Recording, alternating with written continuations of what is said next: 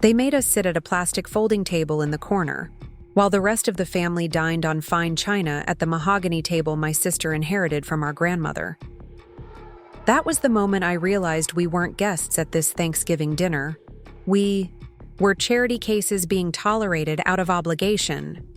What I didn't know was that my 7-year-old daughter Emma had been quietly documenting every slight, every cruel comment, every moment of exclusion in her little journal.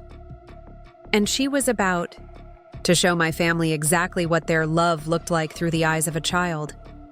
Before we jump back in, tell us where you're tuning in from. And if this story touches you, make sure you're subscribed, because tomorrow I've saved something extra special for you. My name is Sarah Mitchell, and I'm 32 years old, though some days I feel like I've lived several lifetimes. I work as a pediatric nurse at Millbrook General Hospital, and I'm the single mother of the most amazing little girl in the world. Emma is 7, with wild curly hair that refuses to stay in ponytails and eyes that seem to see everything, even when I wish she couldn't. We live in a small 2-bedroom apartment in Fairfield, Connecticut, about 20 minutes from my sister, Patricia's sprawling colonial in the affluent section of Millbrook. The drive to Patricia's house that Thanksgiving morning felt longer than usual. November rain drummed against my windshield, and the first snowflakes of the season were just beginning to mix with the droplets. Emma sat in the back seat, unusually quiet, clutching her small purple notebook against her chest. She'd been carrying that thing everywhere lately, scribbling in it with the intense concentration only a 7-year-old can muster. When I asked her about it, she'd just say it was for remembering important things. I should have known something was different about this year when Patricia called me 2 weeks earlier. Usually, the Thanksgiving invitation came through our mother, passed along like a reluctant afterthought. But this time, Patricia called me directly, her voice dripping with that particular brand of sweetness that meant trouble. "Sarah, darling," she'd said, and I could practically hear her manicured nails tapping against her granite countertop. "I know things have been difficult for you since the divorce, so I thought it would be nice if you and Emma joined us for a real family Thanksgiving this year. You know, give Emma a chance to see how the other half lives." The other half, as if we were some kind of social experiment. I'd agreed because Emma loved her cousins, despite everything, and because I kept hoping that maybe this time would be different. Maybe this time my sister would remember that we used to be close, back before she married Bob and transformed into someone I barely recognized. Maybe this time she'd see me as her sister instead of a cautionary tale about what happens when you make poor life choices. The rain had stopped by the time we pulled into Patricia's circular driveway, but the gray clouds hung low and heavy, matching my mood. Emma unbuckled her seatbelt and pressed her face to the window, looking up at the house with its perfect landscaping and seasonal decorations that probably cost more than my monthly rent. "Mommy," she said softly, "why is Aunt Patricia's house so much bigger than ours?" It was an innocent question, the kind children ask without malice, but it hit me like a punch to the gut. How do you explain to a 7-year-old that life isn't fair? That sometimes good people struggle while others seem to have everything handed to them? That her mother made choices that led them to count every penny while her aunt counted investment returns? "Different people need different amounts of space, sweetheart," I said, grabbing the covered dish of sweet potato casserole from the passenger seat. It was my grandmother's recipe, the same one Patricia claimed she didn't have time to make anymore now that she was so busy with her career. The irony wasn't lost on me that I'd worked a double shift at the hospital 2 nights ago to afford the ingredients.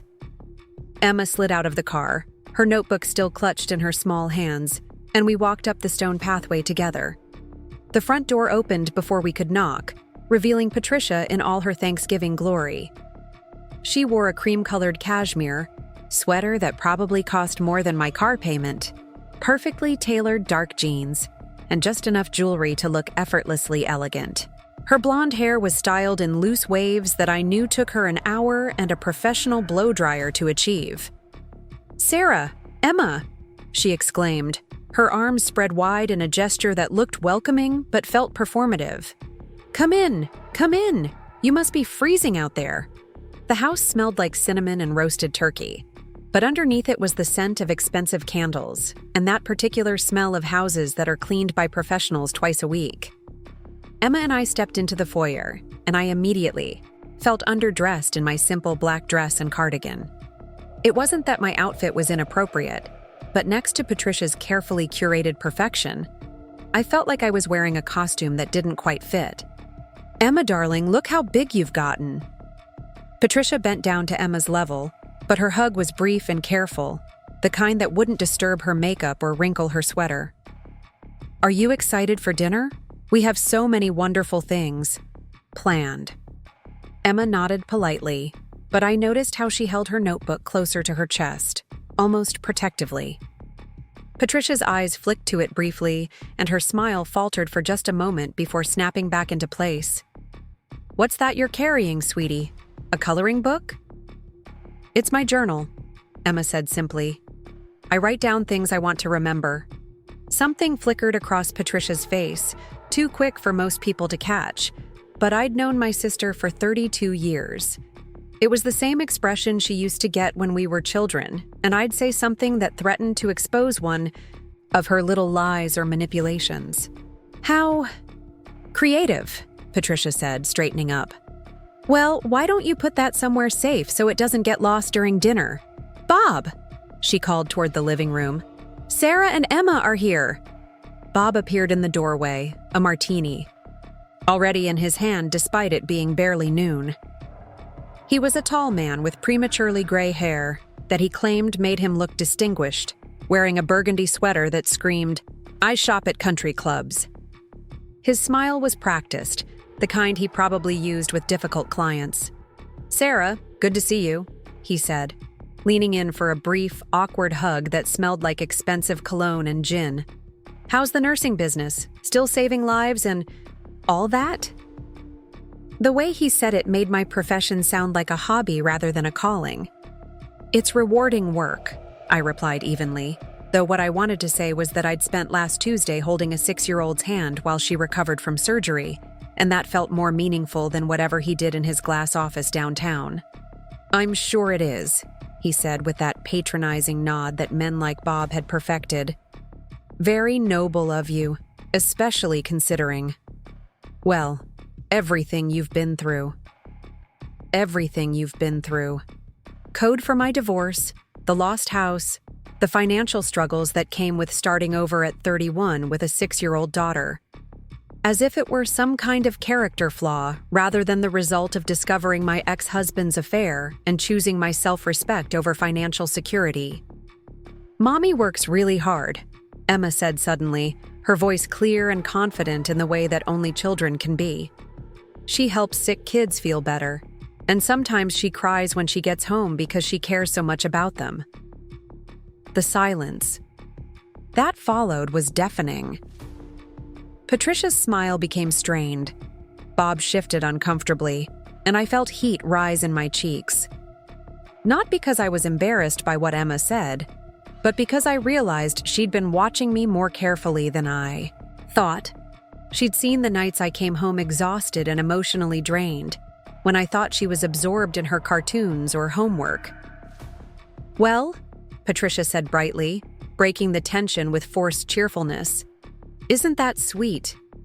Preparing and narrating this story took us a lot of time, so if you are enjoying it, subscribe to our channel. It means a lot to us. Now back to the story. "Emma, why don't you go find your cousins? I think Jessica and Michael are in the family room."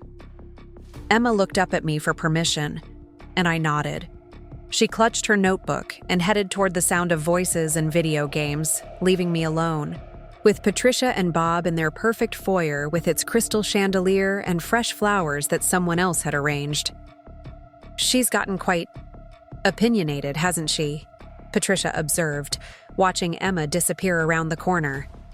"I hope she's not picking up any negative attitudes about family from, well, you know." The implication hung in the air like smoke. That I, the divorced single mother, might be poisoning my daughter against the concept of family. That my struggles were somehow contagious, something Emma might catch if she spent too much time around me. Emma speaks her mind, I said carefully. I think honesty is a good quality in a child. Of course, Patricia agreed quickly. I just think it's important that children learn the appropriate times and places for sharing. Not everything needs to be said out loud, you know? Bob nodded sagely, as if this were profound wisdom rather than a suggestion that my daughter should learn to hide uncomfortable truths. Kids these days, they don't understand the value of discretion. I wanted to ask them what exactly Emma needed to be discreet about. The fact that I worked hard to support us, that I cared deeply about my patients, that sometimes the weight of being solely responsible for another human being was overwhelming. But I bit my tongue, the way I'd been doing for years, and followed them toward the living room where the rest of the family was gathering.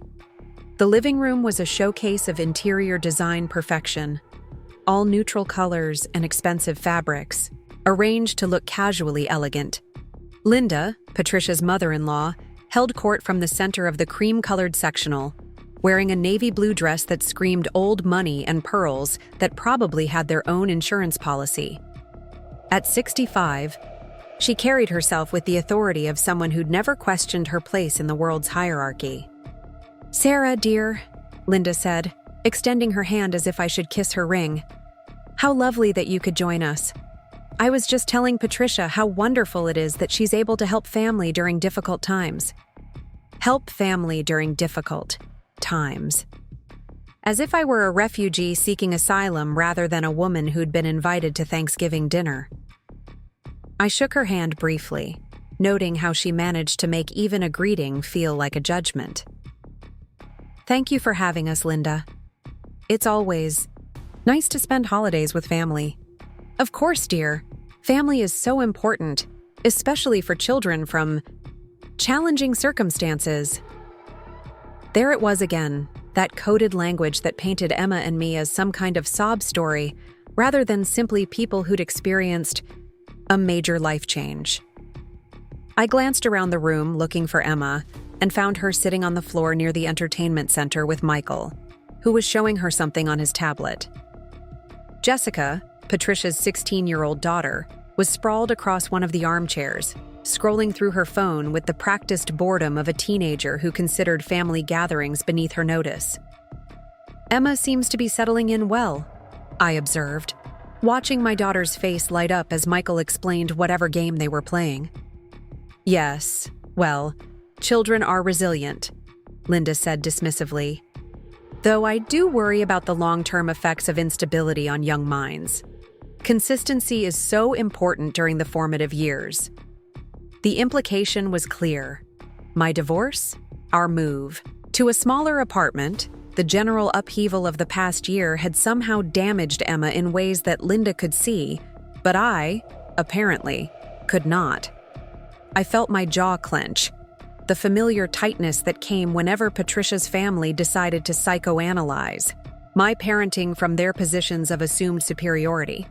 "Emma is doing very well, actually," I said, working to keep my voice level.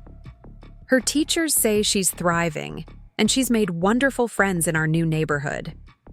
"Oh, I'm sure she's adapting," Patricia interjected smoothly. "Children do what they have to do. But there's something to be said for stability, you know? For having a strong family foundation to fall back on. A strong family foundation, like the one she was providing right now, with her barely concealed criticism and her husband's condescending comments." I looked at Emma again, noting how she'd gone quiet, her attention seemingly focused on Michael's tablet, but her body language suggesting she was listening to every word being said about her and her life. "Speaking of foundation," Bob said, settling into his chair with his fresh martini, "how's the job search going? Still just nursing, or are you thinking about going back to school? You know, really making something of yourself?" "Just nursing." As if the work I did, the lives I touched, the difference I made every single day was somehow less valuable, because it didn't come with a corner office and a six-figure salary. As if caring for sick children was a stepping stone to something more important rather than a calling that required skill, compassion, and strength. "I love what I do," I said simply, "and I'm good at it." "Of course you are, dear," Linda said in that tone people use when they're humoring someone they consider delusional. "But surely you want more for yourself, for Emma. I mean, nursing is fine for a young woman without responsibilities, but now that you're a single mother?" The sentence hung unfinished, but its meaning was crystal clear. Now that I was a single mother, I should be focused on finding a man to take care of us, or at least pursuing a career that would provide the kind of financial security that would make me less of an embarrassment to the family. I opened my mouth to respond, to defend my choices and my profession, when Emma's voice cut through the tension like a knife through silk. "My mommy saves people's lives," she said, looking up from the tablet with fierce eyes. "That's more important than selling houses or sitting in meetings all day." The silence that followed was deafening.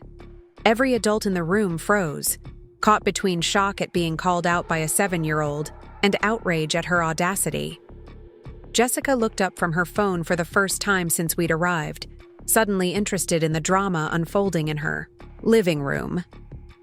"Emma," Patricia said, her voice carrying a warning that would have been appropriate for a teenager who'd just sworn at the dinner table, "that's not a very nice thing to say about your uncle's work."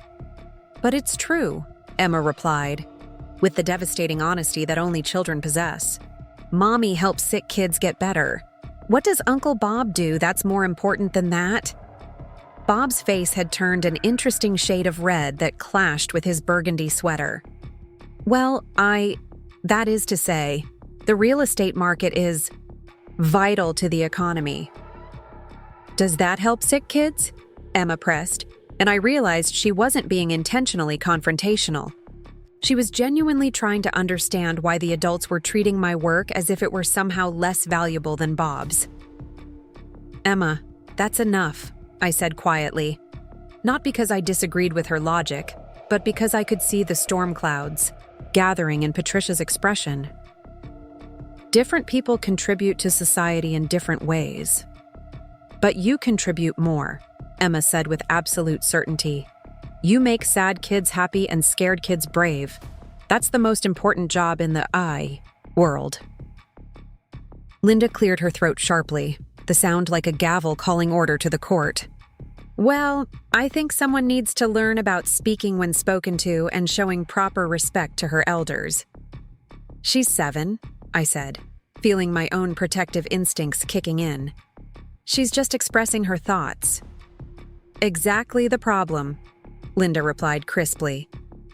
"Children these days are encouraged to express their thoughts far too freely. In my day, children understood their place in family conversations. Their place. As silent observers who should be grateful for whatever scraps of attention the adults chose to throw their way." I looked at Emma, who had gone quiet again, her notebook pressed against her chest like armor, and I felt something shift inside me. How many times had I been told to know my place? How many family gatherings had I endured where my thoughts, my feelings, my experiences were dismissed as unimportant? "I think encouraging children to speak their minds is healthy," I said, surprising myself with the firmness in my voice. "Emma sees the world clearly, without the filters adults use to make uncomfortable truths more palatable." Patricia's laugh was sharp and brittle. "Uncomfortable truths? Sarah, really. We're just having a family conversation about careers and goals. There's nothing uncomfortable about wanting the best for you and Emma." "Wanting the best for us, is that what this was?" Because it felt an awful lot like being told that the life I'd built, the career I loved, the way I was raising my daughter was somehow insufficient. It felt like being judged by people who measured worth in square footage and investment portfolios rather than in the lives touched and the difference made. "I appreciate your concern," I said carefully, "but Emma and I are doing just fine." "Of course you are, dear," Linda said with that infuriating condescension. "We just want to make sure you're not limiting yourself, that's all. There are so Many opportunities out there for women who are willing to think bigger. Think bigger. As if my dreams were somehow too small, too focused on things that didn't matter in their world of appearances and acquisitions. I glanced at Emma again and caught her writing something in her notebook, her small hand moving quickly across the page. She paused, looked up at the adults around her, then wrote something else. "What are you writing about, sweetheart?" I asked, genuinely curious about what she was documenting. Emma looked up at me, then at the others, her expression thoughtful. "Just things people say," she replied simply, "so I don't forget." There was something in her tone, a gravity that seemed far beyond her 7 years, that made the hair on the back of my neck stand up. Patricia must have heard it too, because she shifted uncomfortably in her chair. "Well," she said with forced brightness, "I think it's time we started thinking about dinner. Sarah, would you mind helping me in the kitchen? I'm sure the children would prefer to play without adults hovering over them." It wasn't really a request, and we both knew it. I followed Patricia through the house toward her magazine-worthy kitchen, leaving Emma with the others and hoping I wasn't making a mistake. But as we reached the kitchen, I heard Linda's voice carrying from the living room. "Really, that child needs to learn some manners. All this talk about expressing thoughts and speaking minds. What she needs is structure, discipline, a firm hand." I stopped walking, my blood running cold. Patricia grabbed my arm gently but firmly, steering me into the kitchen and away from Linda's continued commentary about my parenting failures. But I could still hear her voice, and I wondered what Emma was hearing, what she was thinking, what she might be writing in that little notebook of hers. "Don't mind Linda," Patricia said once we were safely in the kitchen, surrounded by gleaming appliances and granite countertops. "You know how she is about children. Very old-fashioned ideas about discipline and respect. Old-fashioned ideas about children being seen and not heard, about little girls learning to make themselves small and quiet and agreeable." I thought about Emma's fierce defense of my work, her clear-eyed assessment of value and importance, and I realized I didn't want her to learn those lessons. I didn't want her to spend her life apologizing for taking up space, or having opinions, or believing that her mother's work mattered. "Emma's a good kid," I said firmly. "She's honest and she's kind and she stands up for what she believes in. I'm proud of those qualities." Patricia opened the refrigerator and began pulling out covered dishes, her movements efficient and practiced. "Of course you're proud of her. She's your daughter. But Sarah, honestly, don't you think you might be letting your own feelings about the family situation color how you're raising her?" There it was again, the suggestion that my divorce had somehow poisoned me against the concept of family, that I was raising Emma to be suspicious or resentful of the very people who claimed to love us. As if the problem wasn't their behavior, but my perception of it. "What do you mean by that?" I asked, though I was pretty sure I knew. Patricia sighed, setting a covered casserole dish on the counter with more force than necessary. "I mean that maybe, just maybe, you're projecting your own insecurities onto Emma, making her think that anyone who suggests you might want more for yourself is somehow attacking you. Projecting my insecurities, making Emma think she was being attacked when people criticized her mother's life choices." I stared at my sister, this woman who shared my DNA but seemed to live in a completely different universe, and tried to figure out when we'd become strangers to each other. "Patricia," I said slowly, "what exactly do you think I should want more of? More money? A bigger house? A husband to take care of me?" "Well," she said, avoiding my eyes, "it wouldn't hurt, would it? I mean, look at Emma. Don't you want her to grow up with stability, with opportunities, with the kind of life that gives her choices? The kind of life that gives her choices. Like the choice to marry a man who treated her like an accessory to his success? Like the choice to judge other women for making different decisions? Like the choice to measure her worth by her address and her husband's income?" "Emma has choices," I said quietly. "She has a mother who loves her unconditionally, who shows her every day that a woman can be strong and independent and successful on her own terms. She has a mother who chose her own dignity over financial security, who teaches her that sometimes doing the right thing is more important than doing the easy thing. Patricia's expression softened slightly, and for a moment I saw a glimpse of the sister I used to know, the one who used to defend me against neighborhood bullies and share her Halloween candy when I ate mine too quickly. I know you love her, Sarah. We all do. But love isn't always enough, is it? Don't you want her to have more than just love? More than just love. As if love were some consolation prize rather than the foundation of everything that mattered. As if Emma would be better off in a house full of material possessions and emotional distance than in our small apartment where she was valued for who she was rather than what she represented. I want her to be happy, I said simply. I want her to know her worth doesn't depend on other people's approval. I want her to understand that kindness matters more than money, that integrity matters more than image. And yes, I want her to know that love, real love, is actually everything. Patricia turned away, busying herself with arranging dishes that were already perfectly arranged.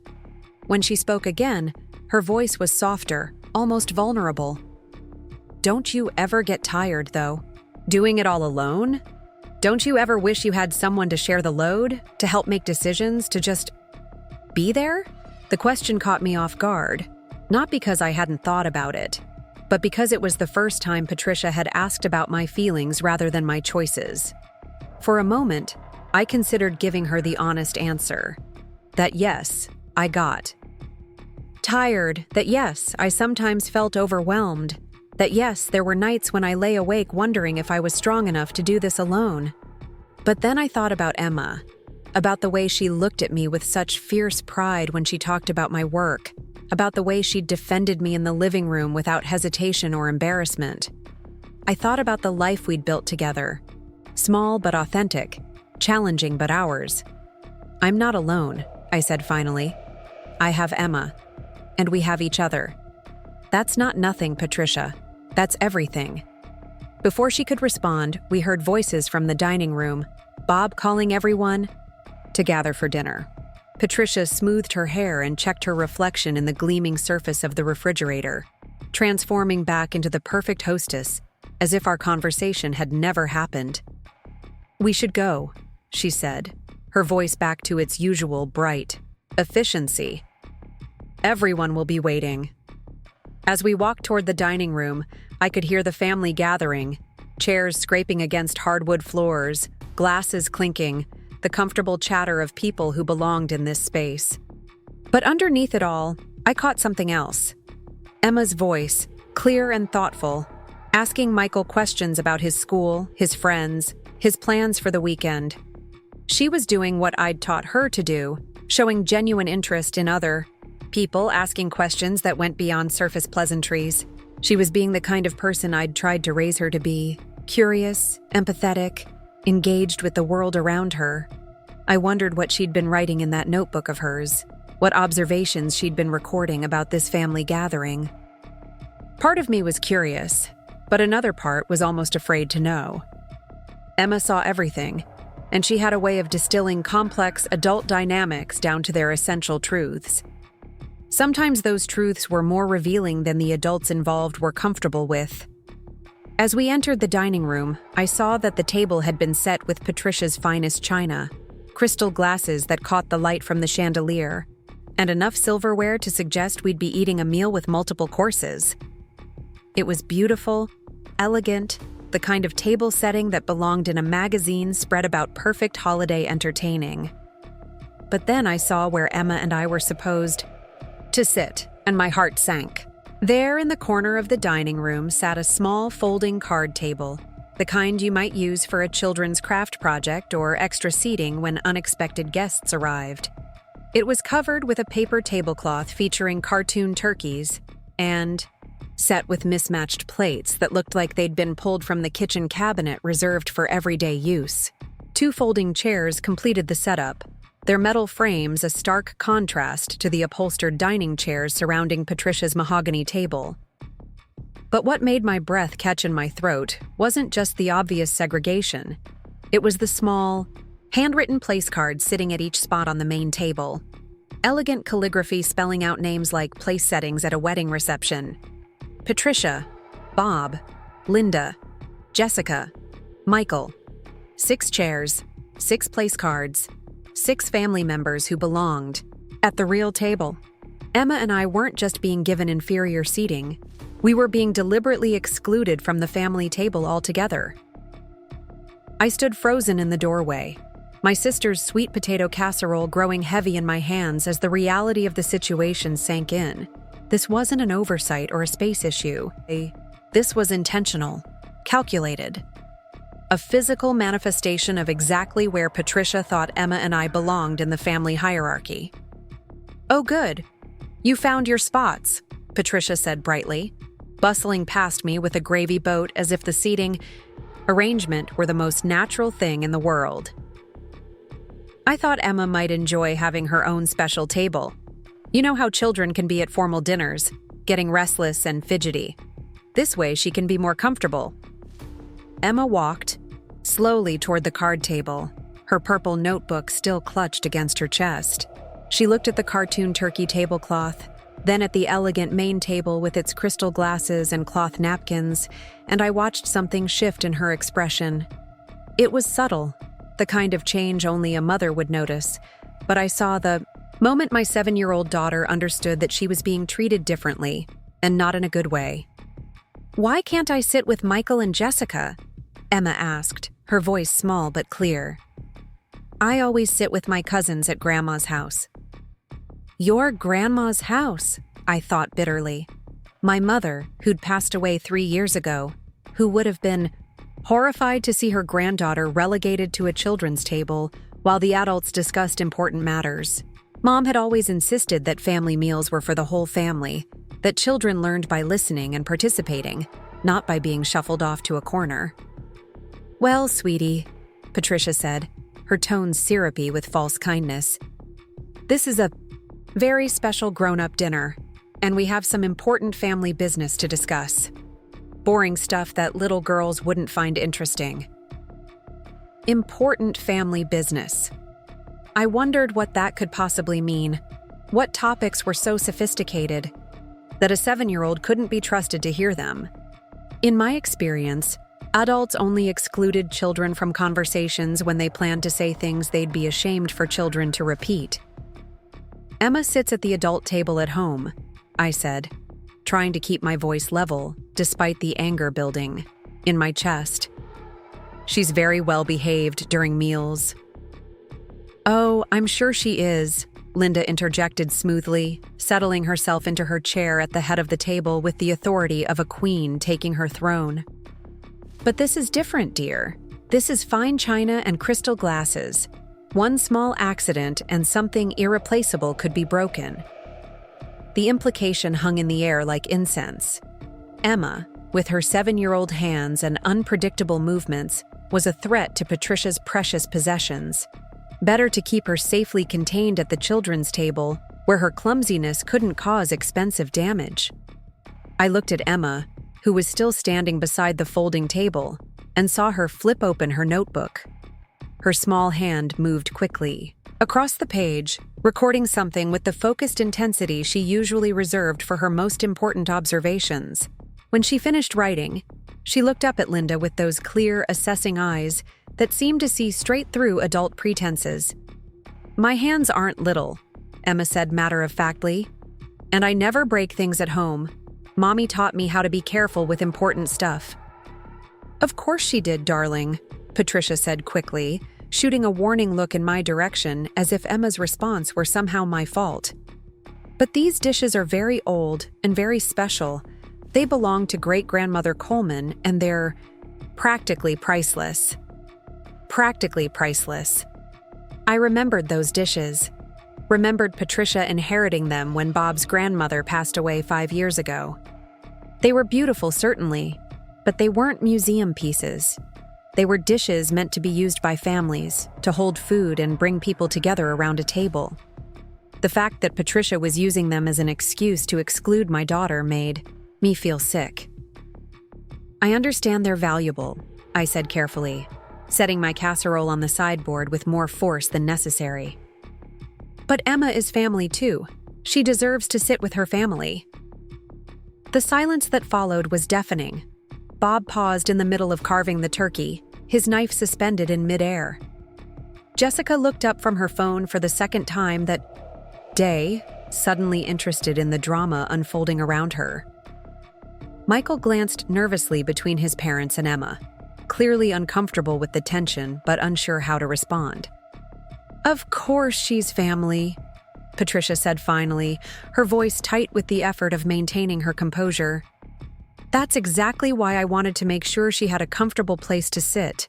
The card table is closer to the kitchen, so if she needs anything, it'll be easier for you to help her. Easier for me to help her.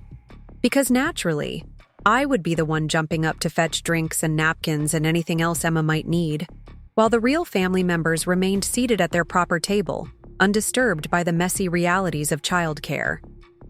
I don't need help," Emma said quietly, but her voice carried clearly across the room. "I can reach everything myself, and I don't spill things." "Emma," I said gently, recognizing the warning signs that my daughter was approaching her limit for adult nonsense. "It's okay. We can sit wherever Aunt Patricia thinks is best." But even as I said it, I hated myself for giving in, for teaching Emma that sometimes you have to accept being treated poorly in the name of keeping peace. I watched her shoulders slump slightly as she pulled out one of the folding chairs, the metal scraping against the hardwood floor with a sound that seemed to emphasize how out of place we were in this perfect dining room. Emma sat down heavily, opened her notebook again, and began writing with quick, angry strokes. I took the seat across from her, my back to the main table, and tried not to think about how this arrangement made me feel like a babysitter hired to keep the child occupied, while the real family enjoyed their meal. "There now," Linda said with satisfaction, as if she'd just solved a particularly challenging puzzle. "Isn't that much better? Emma can enjoy her dinner without worrying about all the adult conversation." I turned slightly in my chair, catching a glimpse of the main table where the family was settling in for their feast. The crystal glasses sparkled in the candlelight, the good china gleamed against the rich wood of the table, and everyone looked perfectly at home in their assigned places. It was a Norman Rockwell painting of American family life, complete with all the warmth and belonging I'd grown up dreaming about. Except Emma and I weren't in the painting. We were the hired help, the afterthoughts, the relatives who were tolerated, but not truly welcomed. "Mommy," Emma whispered, leaning across the small table so her voice wouldn't carry to the others. "Why are they being mean to us?" The question hit me like a physical blow. Not because it was unexpected, but because it was so simply, brutally honest. Why were they being mean to us? What had we done to deserve this treatment? What crime had we committed that warranted being excluded from our own family's celebration? "They're not being mean, sweetheart," I lied, the words tasting bitter in my mouth. "They just have different ideas about how dinner should work." Emma studied my face with the intensity of a detective examining evidence. At 7, she was already developing a finely tuned ability to spot adult evasions and half-truths. "But we always eat together at home, and at Daddy's house, and at Grandma Betty's house before she died. Why is this different?" Tom's mother, Grandma Betty, who'd continued to include Emma and me in family gatherings even after the divorce, who'd made it clear that love didn't end just because marriages did, who'd set places for us at her table right alongside Tom's new girlfriend, because family was family regardless of the complications. "Some families do things differently," I said weakly, aware that I was failing to provide any real explanation for why her aunt and uncle thought she was too dangerous to sit at their table. Emma considered this for a moment, then flipped to a new page in her notebook and began writing again. I could see her lips moving slightly as she wrote, the way she did when she was concentrating on getting her thoughts down exactly right. From behind us came the gentle clink of silverware against china, the murmur of adult conversation, the easy laughter of people who felt completely comfortable in their environment. Patricia was telling some story about a client who'd insisted on staging their house with live peacocks, and everyone was chuckling appreciatively at her wit and professional expertise. "Sarah," Bob called out suddenly, making me jump. "How's that casserole of yours? Anything we should know about ingredients?" Linda has some dietary restrictions these days. Dietary restrictions. I'd made the same sweet potato casserole for the past 3 Thanksgivings, using my grandmother's recipe that contained nothing more exotic than sweet potatoes, butter, brown sugar, and marshmallows. But now, suddenly, it was suspect, something that might harm Linda's delicate system. "It's the same recipe I always use," I called back, trying not to let my irritation show. "Sweet potatoes, butter, brown sugar, marshmallows. Nothing unusual." "Marshmallows," Linda said with a slight frown, as if I'd just announced I'd added poison to the dish. "How much sugar is in those, do you think? I'm trying to watch my blood sugar these days." Of course she was, because naturally, the food I'd brought would be the one item on the table that posed a health risk. Never mind that Patricia's table was loaded with dishes swimming in butter and cream, that the turkey had been basted with enough fat to lubricate a car engine, or that there were 3 different desserts waiting in the kitchen. My contribution was the dangerous one. "There's not that much sugar," I said, feeling defensive despite knowing it was ridiculous. "And it's just one dish among many. You don't have to eat it if you're concerned." "Oh, I'm sure it's delicious," Patricia said quickly, clearly trying to smooth over the awkwardness. "Sarah's always been a wonderful cook. Very traditional recipes." Traditional.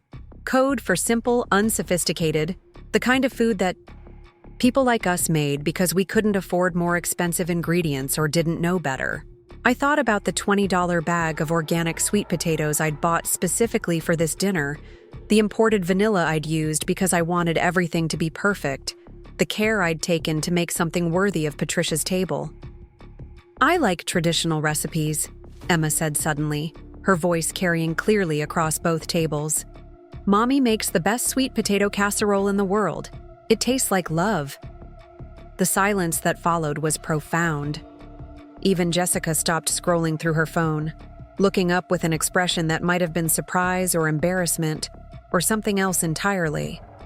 Michael smiled slightly, the first genuine expression I'd seen from him all day.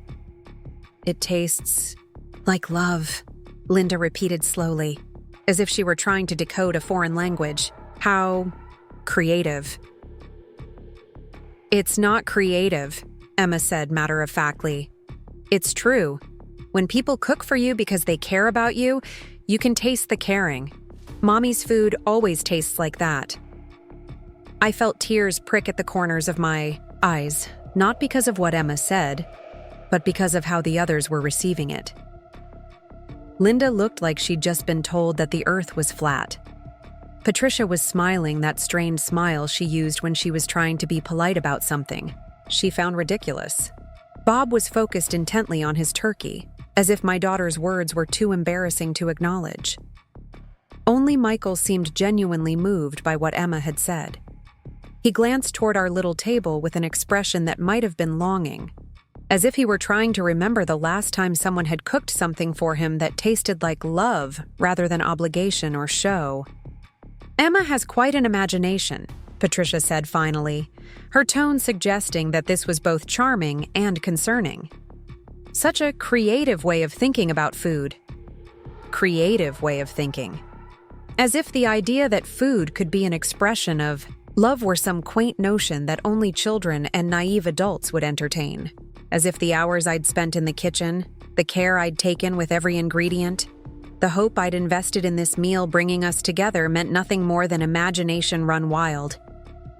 "It's not imagination," Emma said stubbornly, flipping to another page in her notebook. "Some food tastes like love and some food just tastes like food. The food here tastes like showing off." The silence that followed was arctic. Patricia's face went pale, then red, then pale again. Bob set down his fork with a sharp clink against his plate. Linda's pearls seemed to tremble with indignation. "Emma," I said quickly, my voice sharper than I intended, "that's not polite." But even as I corrected her, part of me was proud of her honesty, her ability to cut through pretense and identify exactly what was happening. The meal wasn't about bringing family together or expressing gratitude or sharing love. It was about Patricia demonstrating her superiority, her ability to afford the finest ingredients and present them with magazine-worthy style. "I was just saying what I noticed," Emma said quietly, looking down at her notebook. "I thought you said honesty was important." Honesty was important. I had taught her that. But I'd also taught her about appropriate times and places, about reading, social situations, and responding accordingly. Apparently, 7-year-olds were still working on the nuances of when truth-telling was welcome and when it was social suicide. "Honesty is important," Patricia said carefully. Her hostess smiled back, in place but noticeably strained. "But so is kindness, don't you think? Sometimes we can be honest and kind at the same time." "I was being kind," Emma replied with the devastating logic of childhood. "I said Mommy's food tastes like love. That's kind about Mommy." She was right. Of course. She hadn't said anything mean about Patricia's food, just that it served a different purpose than mine. But in Patricia's world, any observation that didn't praise her efforts was tantamount to an insult. "Of course, sweetheart," I said, trying to diffuse the situation before it could escalate further. "Why don't we just enjoy our dinner now?" Emma nodded and closed her notebook, but I could see her mind working, processing what had just happened, filing it away with all the other observations she'd been collecting throughout the day. I wondered what picture was emerging in her 7-year-old understanding of family dynamics, what conclusions she was drawing about the way adults treated each other when they thought they were being subtle. The meal continued with stilted conversation and forced politeness, the kind of interaction that felt more like a performance than a genuine family gathering. Patricia told stories about her successful real estate deals, Bob discussed his latest business trips, and Linda offered commentary on everything from current events to the proper way to fold napkins. Emma and I ate our dinner quietly at our little table, listening to the others talk about their impressive lives and important concerns. Occasionally, someone would remember we were there and toss a question in our direction, usually something patronizing about Emma's school or my work, but mostly we were invisible, background noise to the main event happening at the real table. I watched Emma throughout the meal, noting how she observed every interaction, every subtle slight, every moment when the family's behavior contradicted their words about love and inclusion. She was learning lessons I hadn't intended to teach her, seeing patterns I'd hoped she was too young to recognize. When Linda made a comment about some people not understanding the importance of maintaining standards, Emma wrote in her notebook. When Bob suggested that Emma might benefit from more structured guidance, she wrote again. When Patricia laughed, a little too loudly at a joke that wasn't really funny, just to fill an uncomfortable silence, Emma documented that too. By the time Patricia started clearing the main course dishes, Emma's notebook was filled with observations about family dynamics that I was afraid to read. She'd been taking notes on adult behavior with the detached interest of an anthropologist studying a foreign culture, and I suspected her conclusions wouldn't be flattering. "Emma, honey," Patricia said as she stacked plates with practiced efficiency, "why don't you go play with your cousins in the family room while the adults finish up here? I think Michael has some new video games he could show you." It was a dismissal, polite but firm. The important part of the evening was over, and now the child needed to be removed so the adults could have their real conversation, the one Emma apparently wasn't mature enough to hear. "Can Mommy come too?" Emma asked, and I heard the hope in her voice, the desire to escape this uncomfortable situation together. "Oh, Mommy needs to help clean up," Patricia said quickly. "You know how it is, so many dishes to wash and put away. But don't worry, she'll join you soon." More lessons for Emma to absorb. Mommy wasn't a guest who could relax and enjoy herself after dinner. Mommy was help, expected to earn her place at the table by providing labor afterward. The other adults would retire to the living room with their wine and coffee while I scrubbed their expensive china and packed away their crystal glasses. Emma looked at me with an expression I couldn't quite read, something that might have been understanding or disappointment or simply resignation. She closed her notebook carefully and slid it into her pocket, then walked toward the family room without argument. As she reached the doorway, she paused and looked back at the dining room, taking in the scene of adults settling into their comfortable chairs while I began stacking dishes. I saw her pull out her notebook one more time, write something quickly, then disappear around the corner. "Such a good girl," Linda said approvingly. "Very obedient. Though I do think all that writing she does is a bit odd. Children her age should be playing, not scribbling in notebooks like little secretaries." Like little secretaries. As if Emma's desire to record her thoughts and observations were somehow inappropriate for a child. As if the act of writing itself were too adult, too serious for someone her age to engage in properly. "She's always loved writing," I said, filling a serving bowl with warm water to soak. "Her teachers say she's very advanced for her age." "Advanced," Bob repeated thoughtfully. "That's not always a good thing, you know. Advanced children can be difficult children.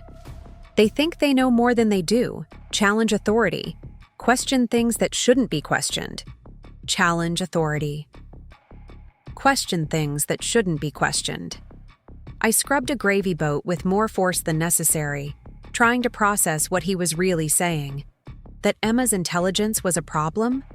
That her curiosity and critical thinking were character flaws that needed to be corrected? "I think intelligence is always a good thing," I said carefully. "Emma asks thoughtful questions and pays attention to the world around her. Those seem like positive qualities to me." "Of course they are," Patricia said quickly, shooting a warning look at her husband. "Bob just means that sometimes very bright children need extra guidance to learn social skills. You know, how to fit in, how to read situations appropriately. How to fit in, how to read situations appropriately. Translation: how to keep quiet when adults were behaving badly. How to pretend not to notice when she was being treated unfairly. How to make herself smaller and more convenient for the adults around her. Emma has excellent social skills," I said firmly. "She's kind, she's empathetic, and she stands up for what she believes in. Those are exactly the qualities I want her to develop." "Standing up for what she believes in," Linda mused, as if I'd just described Emma's tendency toward arson or theft. At 7 years old, what could she possibly believe in strongly enough to stand up for? "Fairness," I said without hesitation. "Kindness. Treating people with respect regardless of their circumstances. The idea that love matters more than money or status or having the right kind of dishes." The room went quiet except for the sound of running water and clinking china. I'd crossed a line, moved from passive acceptance to active defense of my daughter's values. Values that, apparently, were at odds with what this family considered appropriate for children to hold. "Those are lovely ideals," Patricia said finally, her voice carefully neutral. "Very sweet. Though I hope you're also teaching her about the realities of the world, about how things actually work. How things actually work, where money and status determined your worth. Where keeping up appearances mattered more than authentic relationships. Where children learned to be grateful for scraps of attention from adults who saw them as inconveniences to be managed, rather than people to be valued. I'm teaching her that she has worth regardless of what other people think of her circumstances," I said, surprising myself with my boldness. "I'm teaching her that she deserves to be treated with dignity and respect. I'm teaching her that she should never accept less than she's worth just to make other people comfortable." The silence that followed was loaded with implications. Everyone in that room understood that I wasn't just talking about Emma's education anymore. I was talking about this dinner, this seating arrangement, this entire pattern of treatment that had been going on for years. Well, Linda said finally, her voice crisp with disapproval, I suppose different families have different philosophies about child rearing. Though I must say, in my experience, children who are taught to expect special treatment often struggle with disappointment later in life. Special treatment, like expecting to sit at the family table during family dinners, like assuming that her presence was wanted rather than tolerated, like believing that her mother's contributions were valuable rather than suspect. I'm not teaching her to expect special treatment, I said, my voice steady despite the anger building in my chest. I'm teaching her to expect basic respect.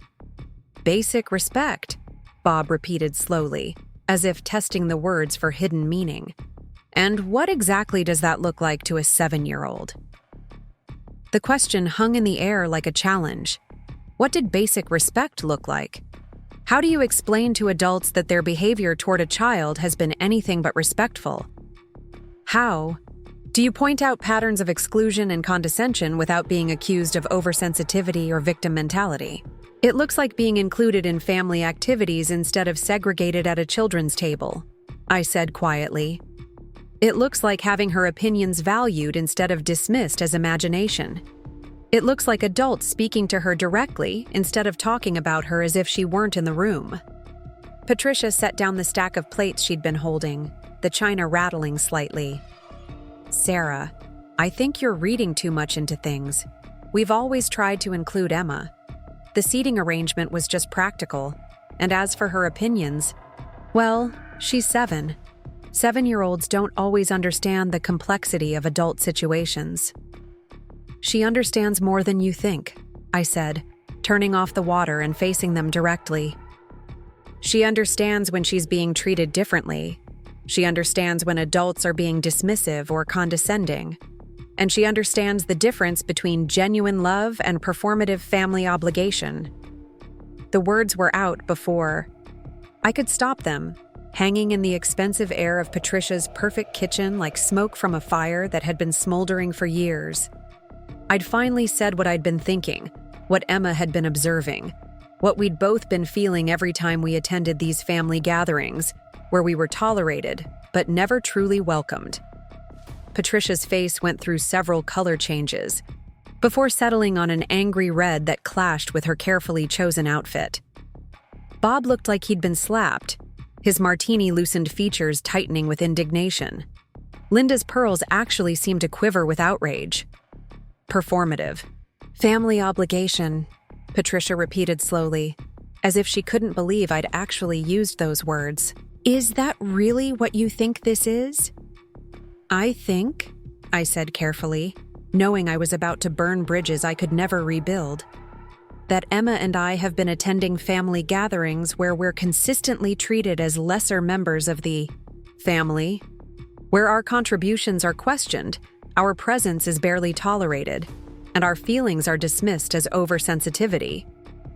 That's ridiculous, Bob said quickly. We've always welcomed you here, always made sure you were included. Included, I repeated, at a card table with paper plates while the rest of the family uses the good china. Included by having my career dismissed as just nursing and my parenting questioned because I teach Emma to speak her mind. Included by having my food subjected to health inspections while everyone else's contributions are accepted without question. The list of grievances poured out of me like water through a broken dam. Years of small humiliations and subtle exclusions that I'd swallowed in the name of keeping peace. Every dismissive comment, every patronizing suggestion, every moment when I'd felt like an outsider in my own family. You're being dramatic, Linda said sharply. No one questioned your food or your parenting. We simply made practical arrangements for dinner and expressed concern about Emma's outspokenness. Her outspokenness, I said, feeling something break loose inside me. You mean her honesty, her willingness to call out unfairness when she sees it, her refusal to pretend that obvious discrimination is actually kindness. Discrimination, Patricia laughed, but it was a harsh sound without humor. Sarah, please. This is family dinner, not a civil rights march. You're being completely unreasonable. Am I? I asked, looking around the kitchen at these people, who shared my DNA but seemed to live in a completely different moral universe. Because from where I stand, it looks like Emma was right. She said your food tastes like showing off instead of love, and you've proven her point with every interaction we've had today. The silence that followed was profound and dangerous. I'd crossed every line of acceptable family discourse, moved from passive acceptance to active resistance. There would be consequences for this moment of honesty, prices to pay for finally speaking truths that had been festering for years. But as I stood there in Patricia's perfect kitchen, surrounded by her expensive appliances and gleaming surfaces, I felt something I hadn't experienced in years of family gatherings. Relief.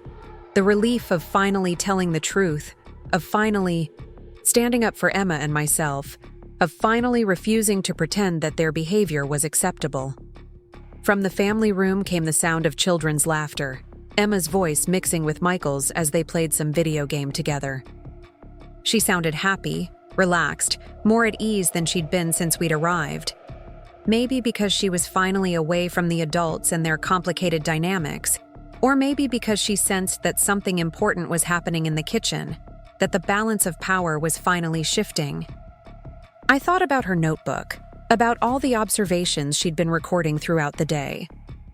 What would she write about this moment? About the confrontation she couldn't hear but might sense was happening? About the way her mother had finally stopped accepting less than they deserved? As I stood there waiting for someone to respond to my accusations, I realized that I wasn't afraid anymore.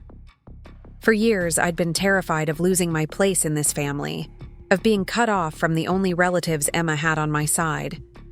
But now I understood that we'd never really had a place here to begin with.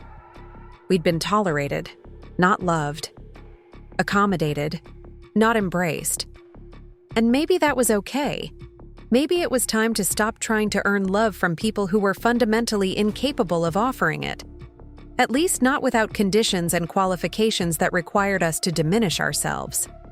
Maybe it was time to choose our own dignity over their conditional acceptance.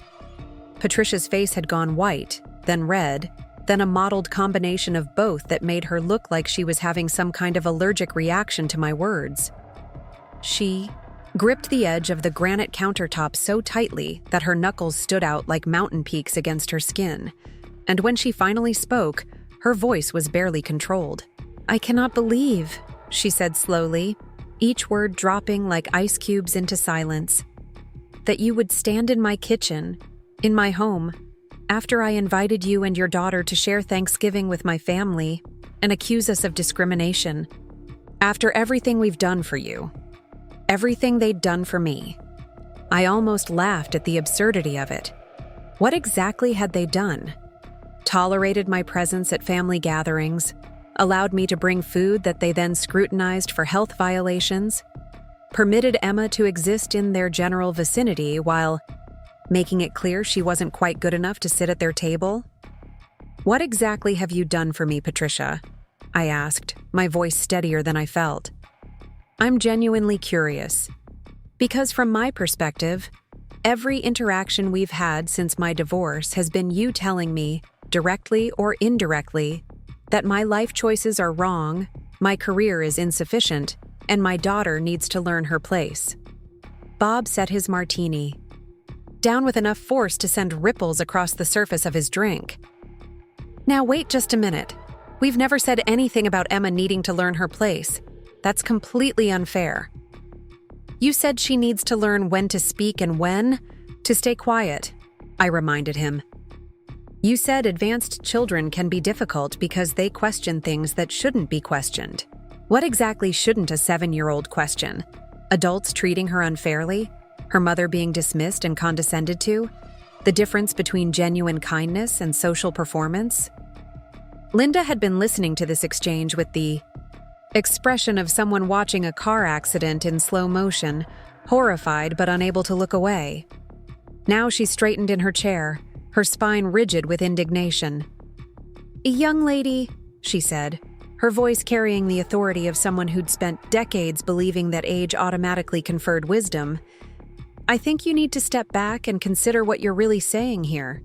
Are you honestly suggesting that this family, your family, has been deliberately cruel to you and your child?"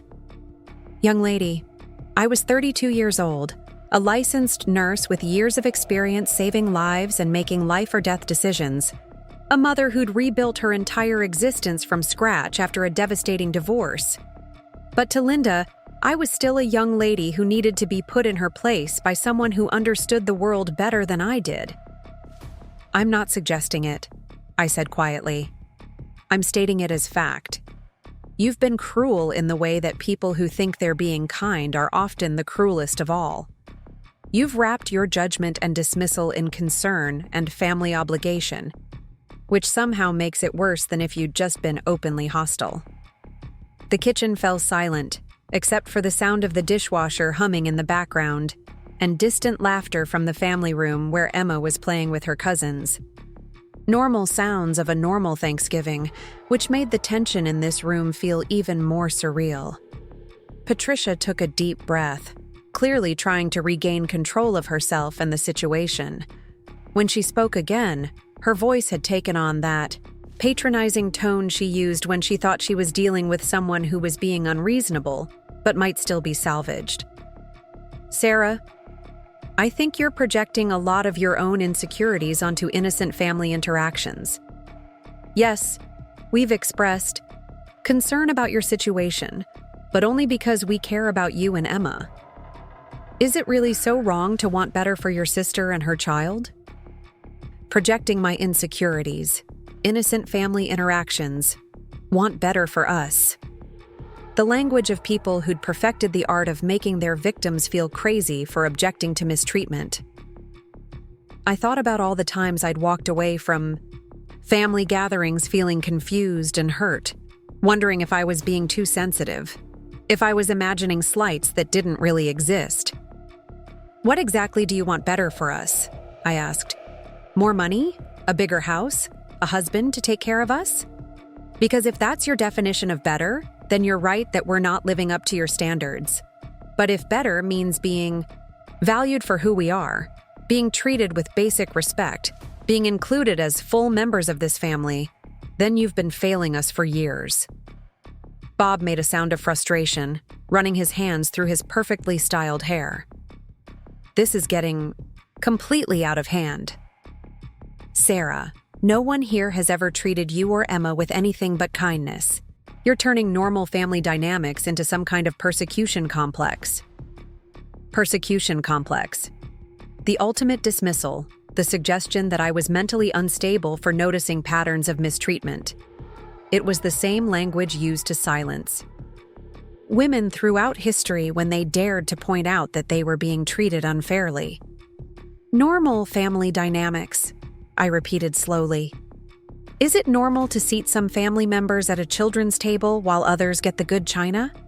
Is it normal to question one person's food contribution while accepting everyone else's without comment? Is it normal to discuss someone's life choices and parenting decisions as if they weren't standing right there?"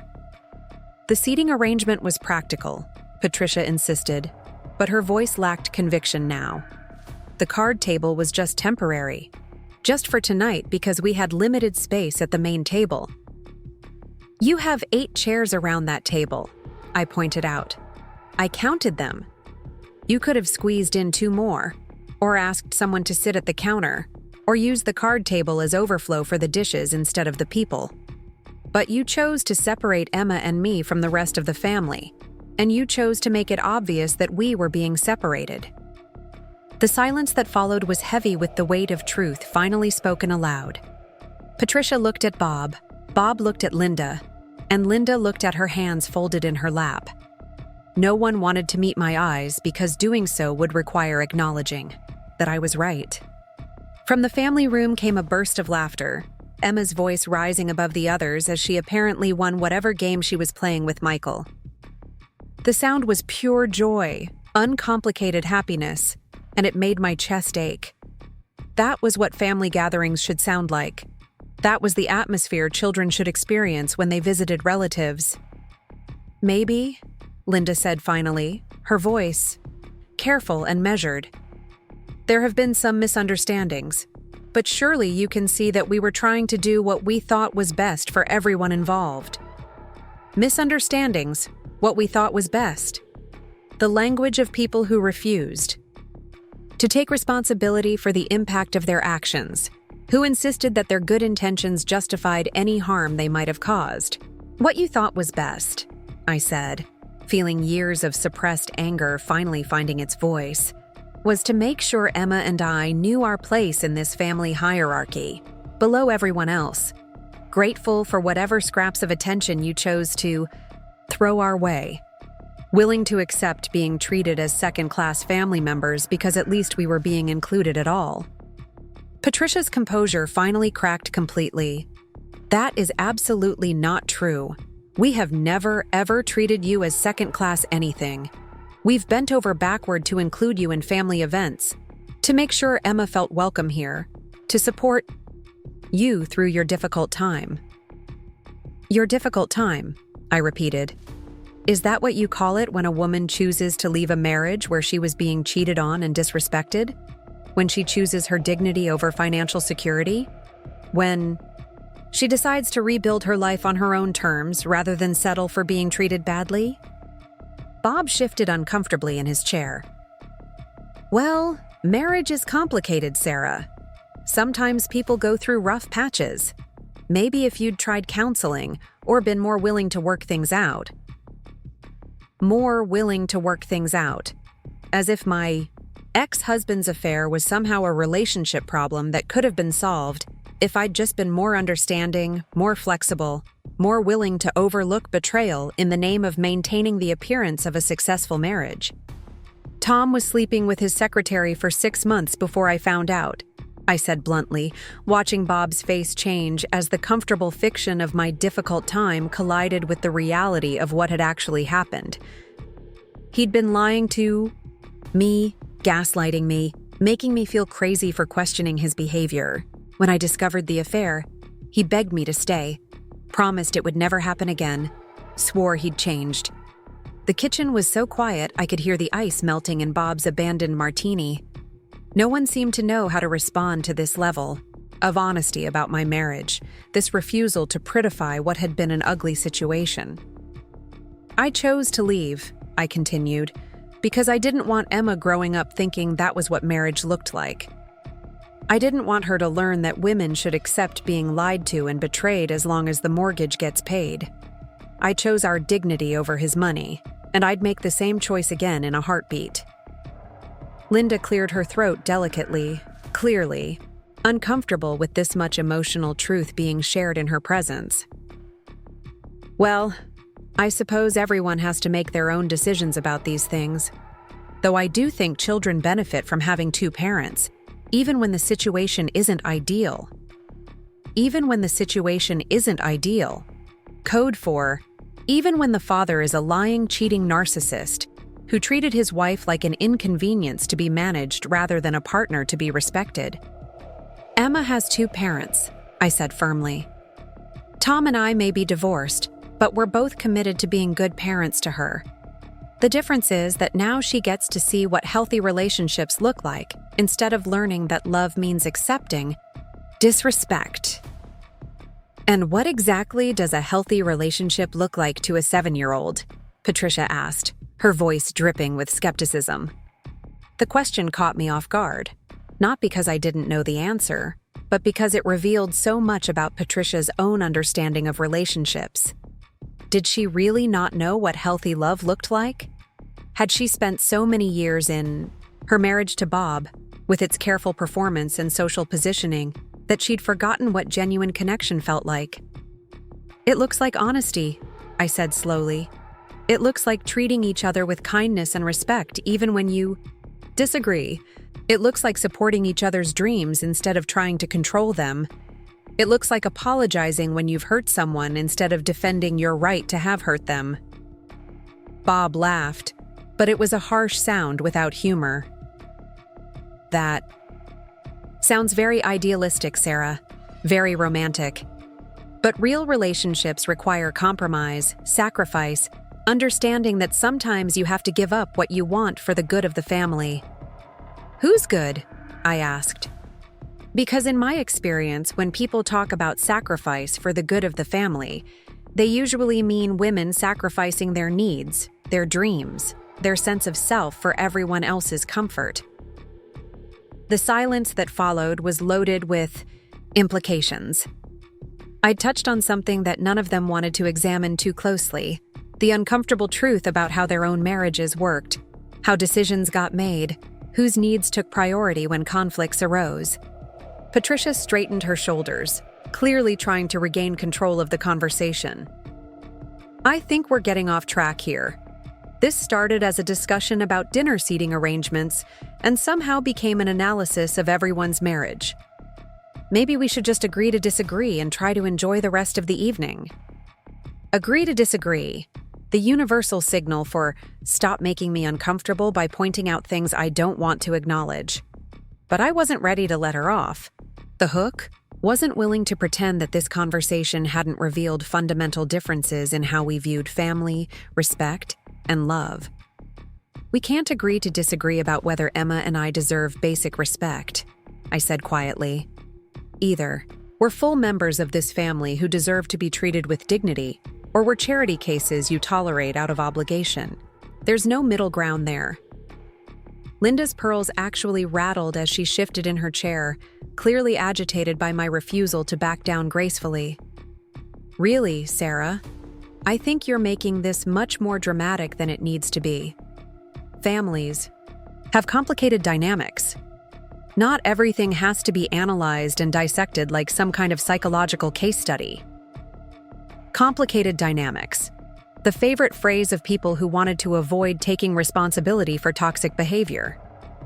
Everything was just complicated, nuanced, too complex for simple concepts like fairness or kindness to apply. Some things aren't complicated, I said.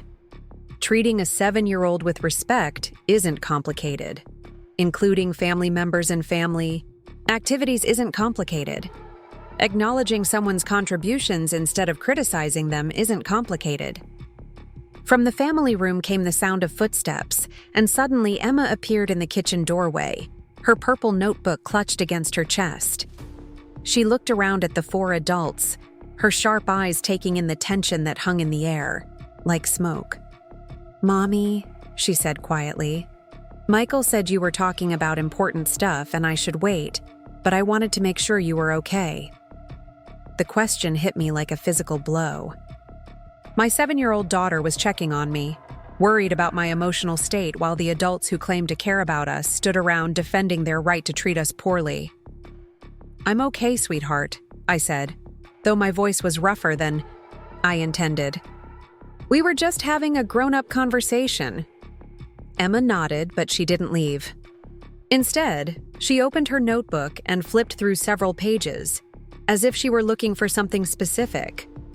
The adults watched her with varying degrees of discomfort, clearly unnerved by her presence and her obvious documentation of the day's events. "I wrote down some things," Emma said finally, looking up at Patricia with those clear, assessing eyes. "Do you want to hear them?" The question was posed with the innocent directness that only children possess, but it landed in the kitchen like a grenade with the pin pulled. Patricia's face went through several color changes, and Bob actually took a step backward, as if Emma's notebook might explode if he got too close. "What kind of things, honey?" I asked, though part of me was afraid to hear the answer. Emma flipped to a specific page and began reading in her clear, careful voice. "Aunt Patricia said the card table was closer to the kitchen so Mommy could help me easier. But then she said it was because I might break the fancy dishes. Both things can't be true." The observation hung in the air like an accusation. Even a 7-year-old could see through the contradictory explanations Patricia had offered for our seating arrangement. Grandma Linda said I need to learn when to speak and when to be quiet, but then she said honesty is important. Uncle Bob said advanced children question things that shouldn't be questioned, but Mommy always taught me that asking questions is how you learn. Each statement was delivered with the matter-of-fact tone of someone reading a grocery list, but the cumulative effect was devastating. Emma had been listening to everything, processing every contradiction, every dismissive comment, every moment when the adults' actions hadn't matched their words. "Emma," Patricia said weakly, "those are very detailed observations." "I write down things that don't make sense," Emma explained simply. "Like when people say one thing but mean something else, or when they say they love you but then treat you like you're bothering them." The silence that followed was profound. Even Linda seemed to have run out of pearls of wisdom about child-rearing and family dynamics. Emma's innocent documentation had revealed the gap between their stated intentions and their actual behavior in a way that was impossible to dismiss or rationalize. "Sometimes grown-ups say things they don't mean when they're stressed," Bob said finally, his voice lacking its usual confidence. "But why?" Emma asked with genuine curiosity. "Why don't you just say what you really mean? It would be easier for everyone." "Why indeed? Why wrap cruelty in kindness? Why disguise exclusion as practicality? Why pretend that love came with conditions and hierarchies when real love was supposed to be unconditional?" "Because sometimes the truth hurts people's feelings," Patricia said carefully, as if she were navigating a minefield. Emma considered this seriously, flipping through her notebook again. "But doesn't lying hurt people's feelings too? When you say you love someone but then treat them badly, isn't that worse than just being honest about not liking them?" The question was devastating in its simplicity. From the mouths of babes came the kind of truth that adults spent lifetimes learning to avoid, the uncomfortable recognition that their elaborate social performances often caused more pain than simple honesty would. "We do love you and your mother," Linda said firmly, but her voice lacked conviction. "Love doesn't always look the same way, dear. Different people express love differently." "How do you express love?" Emma asked with genuine interest. "Because today it looked like you expressed love by making sure Mommy and I knew we weren't as important as everyone else." The words hit the room like lightning, illuminating everything that had been lurking. In the shadows of polite conversation, Emma had distilled hours of subtle mistreatment into a single, undeniable truth that none of the adults could argue with or explain away. Patricia opened her mouth to respond, then closed it again, apparently unable to find words that would make Emma's observation less accurate. Bob stared into his martini as if it might contain answers to questions he didn't want to ask. Linda's pearls trembled with what might have been indignation or shame. "That's not what we intended," Patricia said finally, her voice barely above a whisper. "But it's what you did," Emma replied with the devastating honesty of childhood. "Mommy always says that what matters isn't what you meant to do. It's what you actually did. And what you actually did was make us feel bad for being here." I felt tears prick at the corners of my eyes, not from sadness but from pride. This amazing little girl, this fierce defender of truth and fairness, had managed to articulate what I'd been struggling to express for years. She'd cut through all the adult complexity and social performance to reveal the simple, heartbreaking reality of our situation. "Emma," I said softly, "why don't you go back and play with Michael? I think the grown-ups need to finish talking." She nodded, but before she left, she looked around the kitchen one more time, her gaze settling on each adult in turn. "I hope you figure out how to love people better," she said simply. "Because the way you're doing it now makes people sad." And with that devastating observation, she tucked her notebook back against her chest and walked out of the kitchen, leaving 4 adults to contemplate the wreckage of their carefully constructed family dynamics. The silence that followed Emma's departure was different from the earlier tensions. It was the silence of people who'd been forced to confront uncomfortable truths about themselves, who'd had their rationalizations and justifications stripped away by the clear vision of a child. Patricia was the first to speak, her voice shaky and uncertain. I never intended. I didn't realize we were making you feel unwelcome. Yes, you did, I said quietly, but without anger now. Emma's truth-telling had drained the fight out. Of me, replaced it with a kind of sad clarity.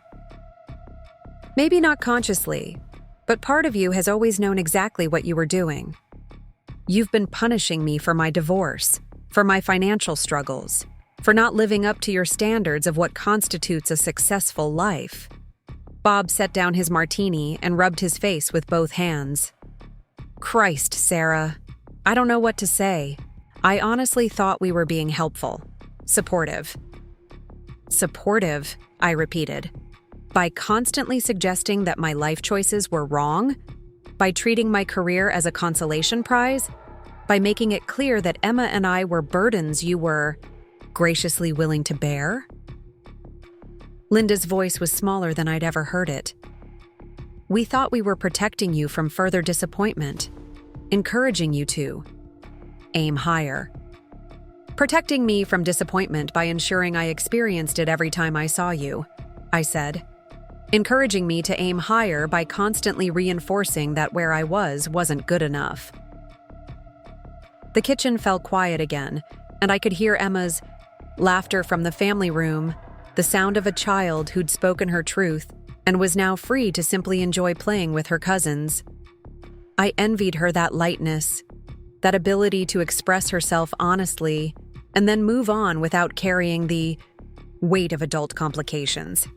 What do you want from us? Patricia asked finally. How do we fix this?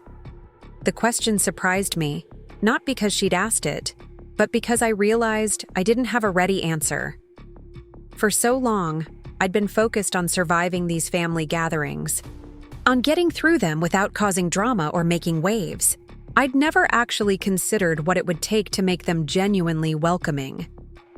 I want you to see Emma and me as we actually are, I said slowly, working through my thoughts as I spoke. Not as cautionary tales or charity cases or burdens, to be managed. I want you to value our contributions instead of finding fault with them.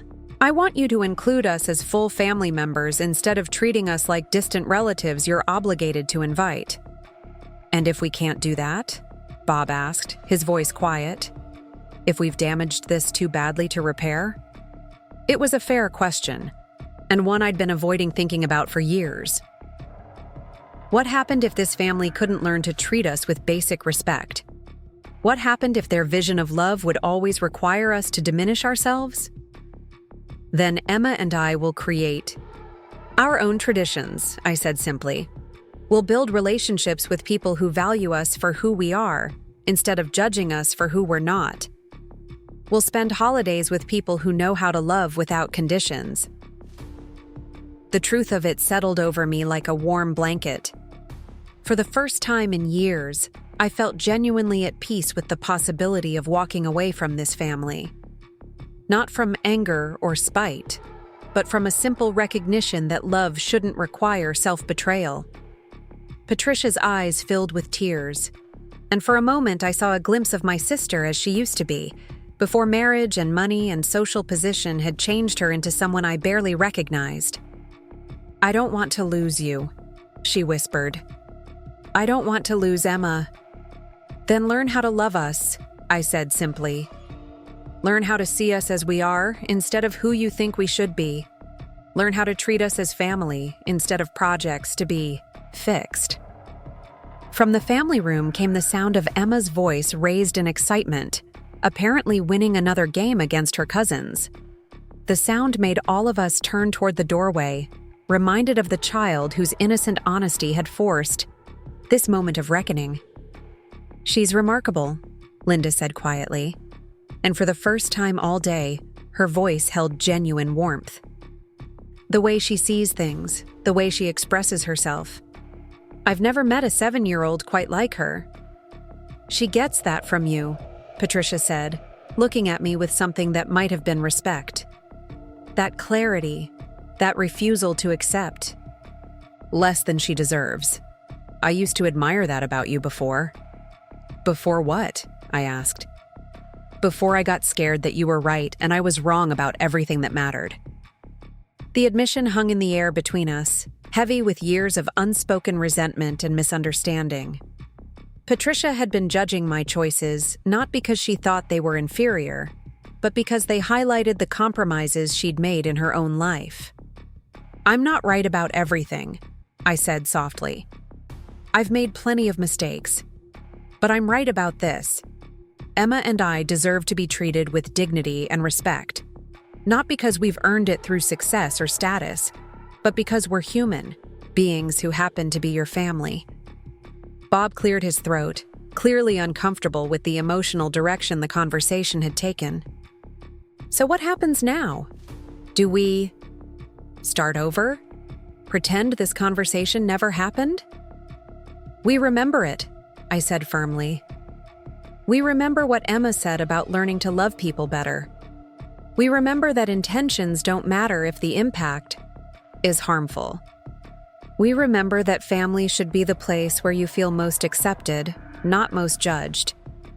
Patricia wiped her eyes with the back of her hand, smearing her carefully applied makeup. "I want to try. I want to learn how to be better at this." "Then start by treating Emma like the intelligent, perceptive child she is instead of a problem to be managed," I said. "Start by asking about our lives because you're genuinely interested, not because you're looking for evidence that we're failing. Start by seeing our strengths instead of focusing on our perceived weaknesses." Linda shifted in her chair, clearly struggling with concepts that challenged everything she'd believed about family hierarchies and social order. "It's difficult to change patterns that have been in place for so long." "Change is difficult," I agreed, "but it's not impossible. And the alternative is losing people you claim to love."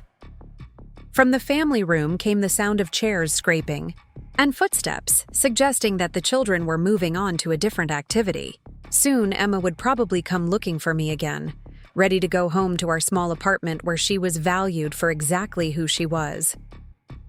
"What does better look like?" Patricia asked. "Practically speaking, how do we do this differently?" It was a good question, the kind that suggested she was genuinely committed to change rather than just trying to smooth over the immediate crisis. I thought about all the family gatherings that had left Emma and me feeling diminished, all the subtle ways we'd been made to feel like outsiders. "Better looks like seating arrangements that include everyone equally," I said. "Better looks like conversations that value everyone's contributions. Better looks like criticism delivered with love instead of judgment. Better looks like questions asked out of genuine interest instead of barely concealed disapproval." Bob nodded slowly, as if he were taking mental notes. "And if we mess up? Because let's be honest, we probably will. These patterns are pretty ingrained." "Then you apologize sincerely and do better next time," I said. "You don't defend your right to have messed up or explain why your intentions made the impact okay. You acknowledge the harm, take responsibility, and change your behavior." The concept seemed to be genuinely novel to them. The idea that apologies should focus on the hurt caused rather than the hurt intended. But they were listening, really listening, in a way they hadn't in years. "I owe Emma an apology," Linda said quietly. "Several apologies, actually. That child has more wisdom in her little finger than I've shown in all my comments about her today." It was a start. Not a complete transformation, not a guarantee that old patterns wouldn't resurface, but a genuine acknowledgement of harm caused and a commitment to doing better. Emma deserved to hear those apologies, deserved to know that the adults in her life were capable of growth and change. "She'd appreciate that," I said. "Emma values honesty above almost everything else. If you tell her you were wrong and you want to do better, she'll believe you. But she'll also remember if you don't follow through." Patricia laughed, but it was a genuine sound this time, warm and slightly rueful. No pressure there. Being held accountable by a 7-year-old who takes notes. "The best kind of accountability," I said. the kind that comes from someone who hasn't learned to accept less than she deserves. As if summoned by our conversation, Emma appeared in the kitchen doorway again, her notebook tucked under her arm and her hair slightly disheveled from playing. She looked around at the four adults, noting the tear tracks on Patricia's cheeks and the general atmosphere of emotional exhaustion.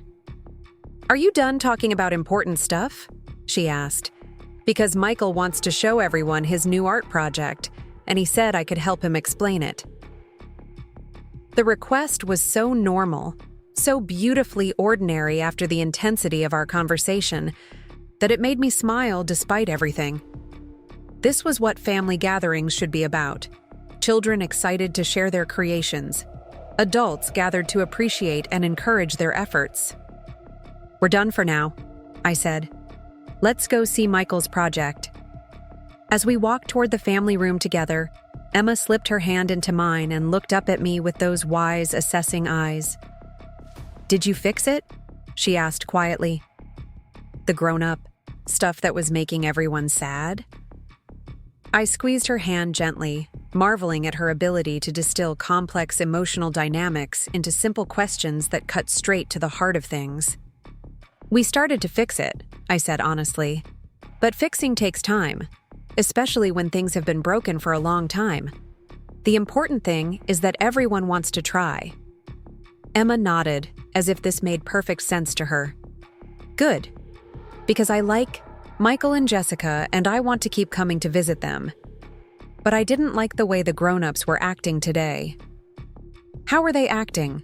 I asked, curious to hear her perspective on the day's events. "Like they were pretending to be happy to see us but weren't really," she said simply.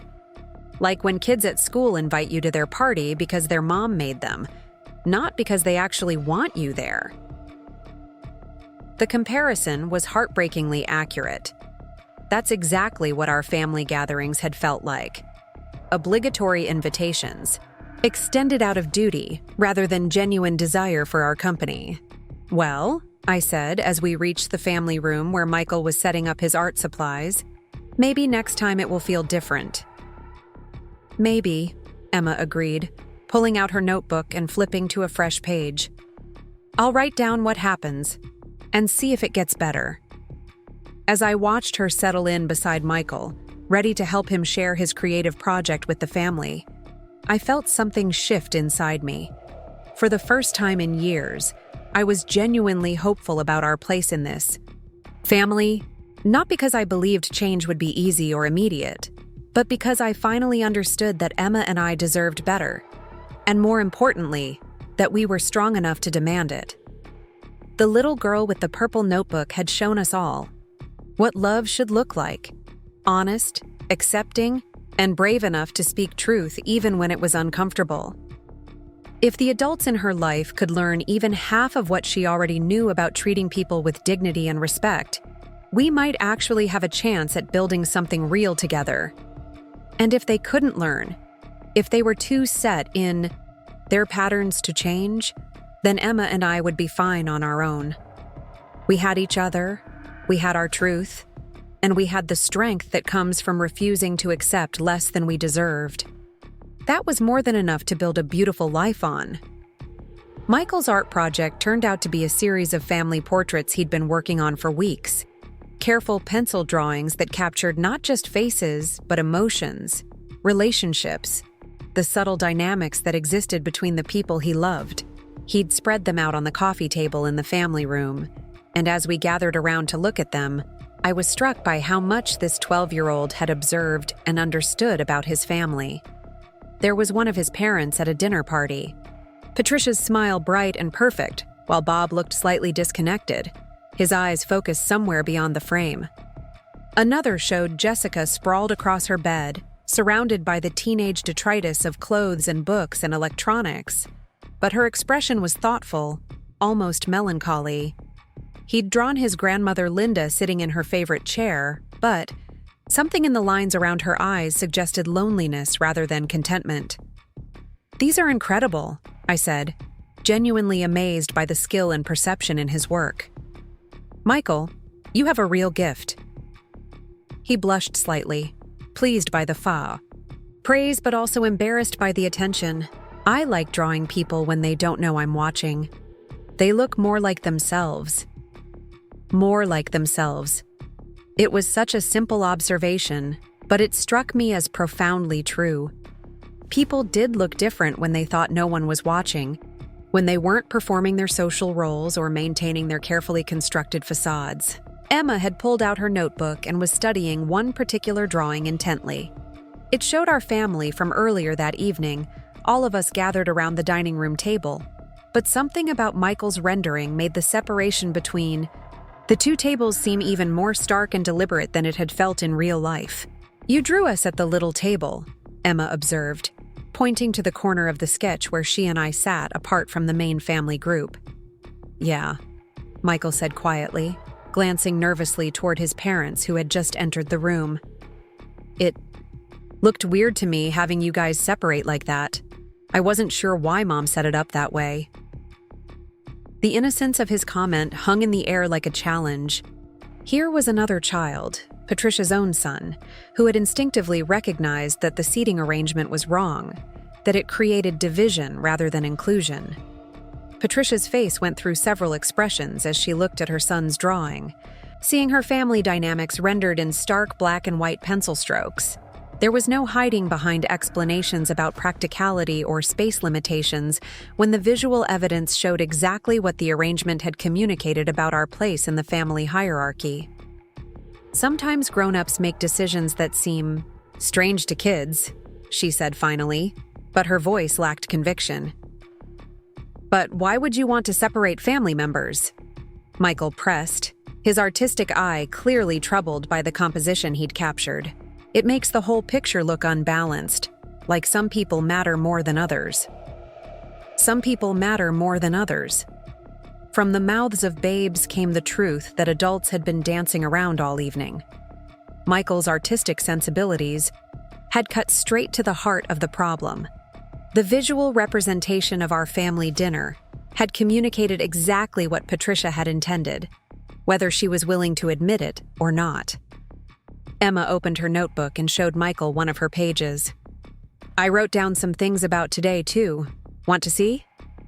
Michael nodded eagerly, clearly delighted to find a kindred spirit in documentation and observation.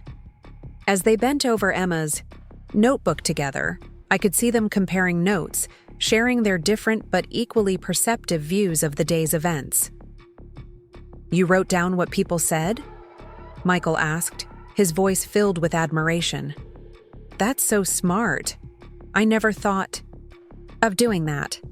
Mommy taught me that writing things down helps you remember them better," Emma explained. "And sometimes when you write down what happened, you can see patterns you didn't notice before." Patterns. The words seemed to echo through the room, carrying weight that made the adults shift uncomfortably. Both children had been observing patterns, documenting them through different mediums, and their innocent recordings had revealed truths that the grown-ups had been trying to avoid acknowledging.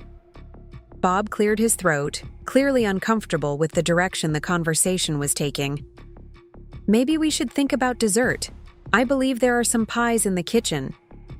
It was an obvious attempt to redirect attention away from the children's observations, but Emma and Michael were too engrossed in their comparison of documentation techniques to be easily distracted. "Look at this one," Emma said, pointing to something in her notebook. "I wrote down when Grandma Linda said children should be seen and not heard, but then she also said honesty is important.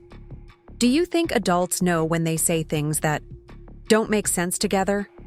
Michael considered this seriously, his artistic mind clearly comfortable with analyzing contradictions and inconsistencies. "I think sometimes they say what they think they're supposed to say instead of what they really mean. Like when Mom tells people at parties how proud she is of my art. But then she suggests I should focus more on math and science." The observation hit Patricia like a physical blow. I could see her struggling with the recognition that her own son had been observing and analyzing her behavior, finding the same kinds of contradictions that Emma had documented throughout the day. "Michael," Patricia said carefully, "you know I am proud of your art, don't you?" "Sometimes," he said honestly. But other times it feels like you think it's something I should grow out of, like playing with toys or believing in Santa Claus. Like it's not serious enough to be a real part of who I am. The parallel to how she'd been treating my nursing career was so obvious that I saw Patricia's face change as she made the connection. She'd been dismissing her own son's passion in the same way she'd been diminishing my professional accomplishments. Linda had been listening to this exchange with growing discomfort, clearly disturbed by the children's ability to see through adult pretenses and articulate uncomfortable truths. "Children," she said finally, "sometimes interpret things differently than adults intend them. You mustn't read too much into every comment or gesture." "But if we're interpreting things wrong," Emma said with devastating logic, "doesn't that mean the adults aren't communicating clearly? Mommy always says that if people don't understand what you mean, you should try explaining it better instead of telling them they're wrong for not understanding." Another profound truth delivered with the matter-of-fact clarity that only children possess. If the message being received wasn't the message being intended, the problem wasn't with the receivers, but with the senders. Jessica, who had been lounging in the corner scrolling through her phone, suddenly looked up with an expression of surprise. "Wait, are we seriously having a family meeting led by a 7-year-old and a 12-year-old? "We're not leading anything," Emma said simply. "We're just saying what we noticed. Adults always tell kids to pay attention and be observant, but then they get upset when we tell them what we observed. Maybe because what you observed makes us uncomfortable," Patricia said quietly, and I was surprised by her honesty. "Maybe because seeing ourselves through your eyes shows us things we didn't want to see." It was the first genuine moment of self-reflection I'd heard from Patricia all day, the first time she'd acknowledged that the problem might not be with our sensitivity, but with their behavior. Michael looked at his mother with the same intensity he brought to his artwork, as if he were trying to capture something important about this moment. "Is that why you seemed upset when Emma talked about the food tasting like love? Because it made you think about why you cook things?" The question was innocent but piercing. Patricia had spent enormous amounts of money and effort creating a picture-perfect Thanksgiving feast, but had she cooked anything with love? Had any of the elaborate dishes been prepared because she wanted to nourish and comfort her family, or had they all been about creating an impression of domestic perfection? Patricia started, then stopped, clearly struggling with how to answer. Honestly, without revealing more than she was comfortable sharing. "I wanted everything to be beautiful for our family dinner." "But did you want it to taste like love?" Emma asked, genuinely curious rather than accusatory. The silence that followed was heavy with recognition. Patricia had wanted her dinner to taste like success, like sophistication, like proof of her superior domestic skills. But love? That hadn't been part of the recipe. Bob sat down heavily in his chair, suddenly looking older than his 40 years. "I think what the kids are trying to tell us is that we've been so focused on looking like a perfect family that we forgot to actually be one." It was a moment of clarity that surprised me. This recognition from someone who had spent the entire day defending the family's behavior. But maybe that's what it took sometimes, seeing your dynamics through the eyes of children who hadn't yet learned to accept dysfunction as normal. "Perfect families don't exist," Emma said matter-of-factly. "But loving families do. And loving families don't make some people sit at little tables while other people get the fancy stuff." Linda's pearls had gone completely still, as if even they were holding their breath waiting for her response. When she finally spoke, her voice was smaller and more vulnerable than I'd ever heard it. "You're right," she said simply. "About all of it. We've been treating you and your mother as if you were guests we were obligated to invite rather than family members we were delighted to see." The admission hung in the air like a peace offering, tentative but genuine. For the first time all day, Linda wasn't defending or explaining or justifying. She was simply acknowledging the truth of what had happened. I've been thinking about what you said in the kitchen, she continued, looking directly at me. About how we express love. And I realized that what we've been expressing isn't love at all. It's judgment. It's superiority. It's the kind of conditional acceptance that isn't acceptance at all. Patricia wiped her eyes, smearing what was left of her makeup. I don't know when I became this person, when I started measuring family worth by bank account balances and job titles and how well people fit into my idea of success. You became that person when you stopped listening to your heart and started listening to what other people thought was important, Emma said with the devastating wisdom of childhood. But you can go back to listening to your heart if you want to. The simplicity of the solution, delivered by a 7-year-old who understood instinctively what the adults had forgotten, was both beautiful and heartbreaking. How had they made something so fundamental as family love so complicated?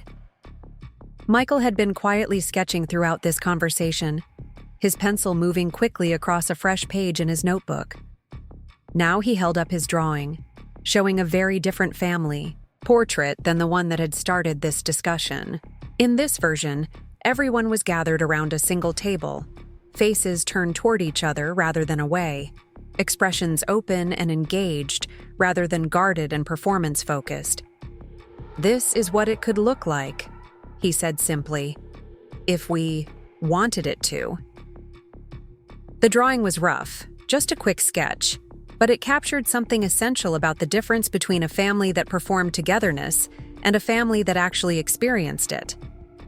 In Michael's reimagined version, Emma and I weren't relegated to the margins.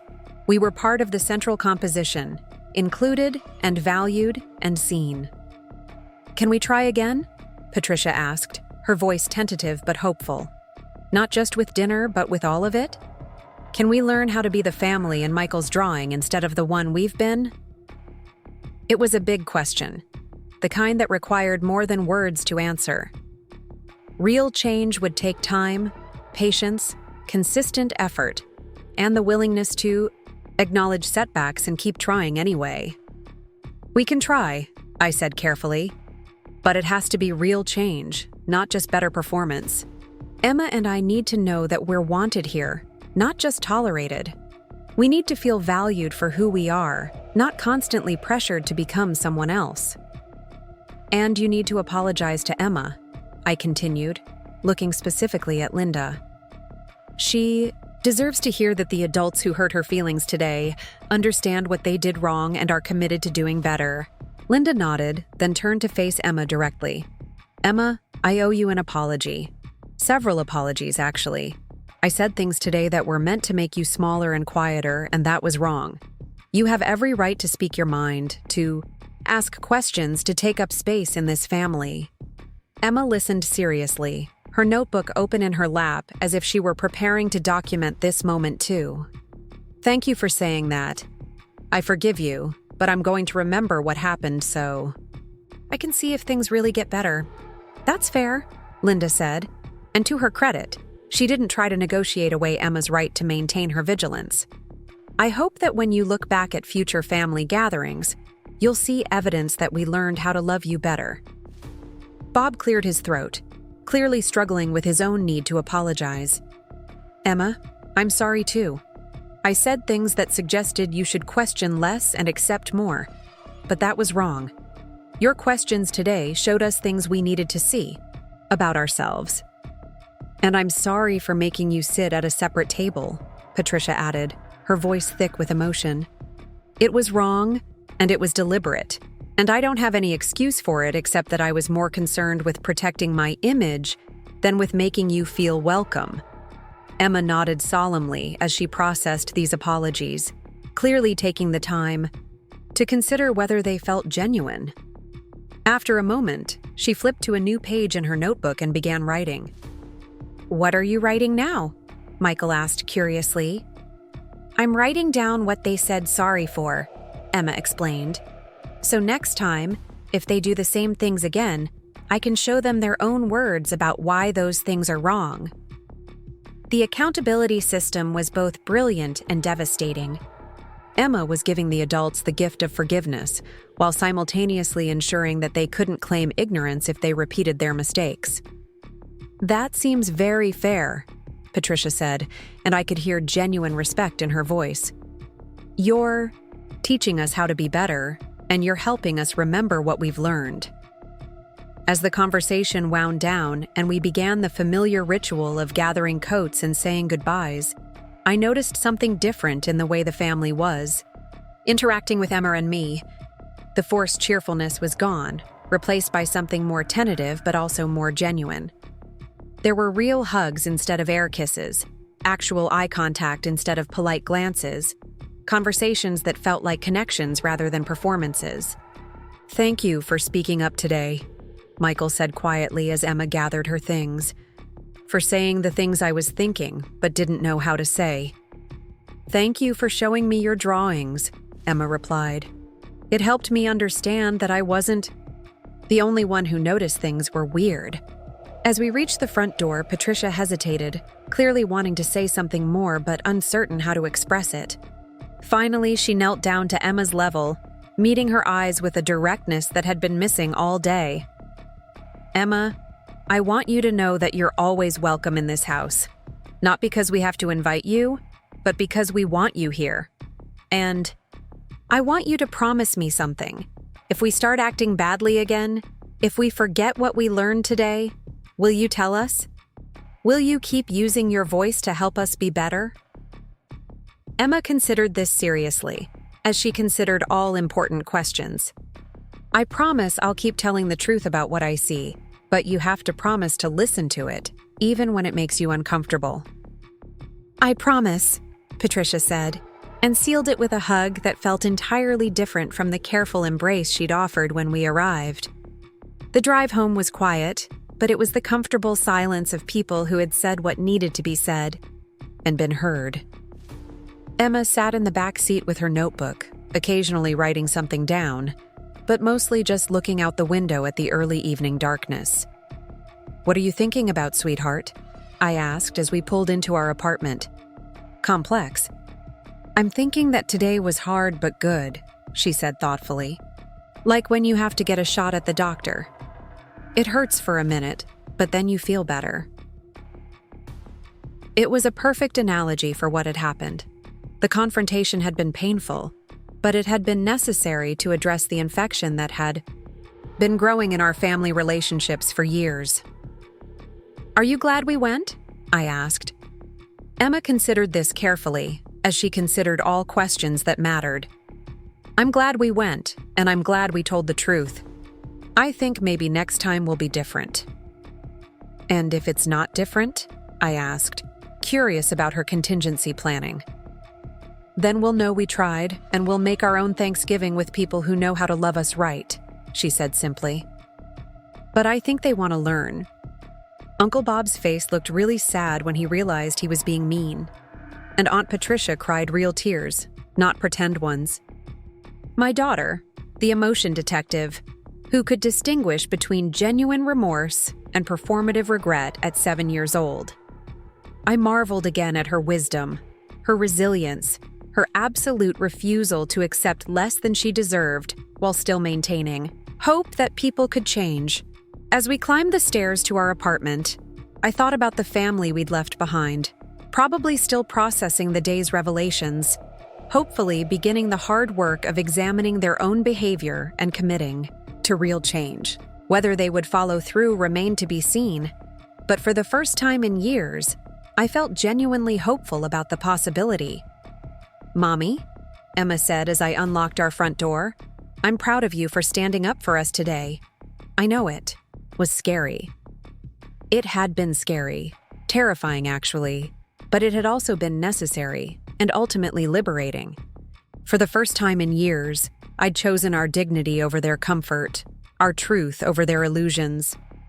"I'm proud of you too," I told her as we settled onto our small but comfortable couch. "For being brave enough to speak the truth, for being smart enough to document what was happening, for being generous enough to give them another chance." Emma opened her notebook to the page where she'd recorded the adults' apologies and studied it thoughtfully. do you think they'll really change?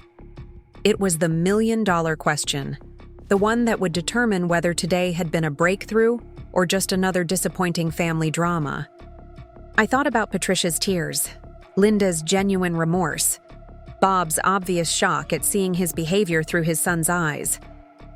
I think they want to change, I said honestly.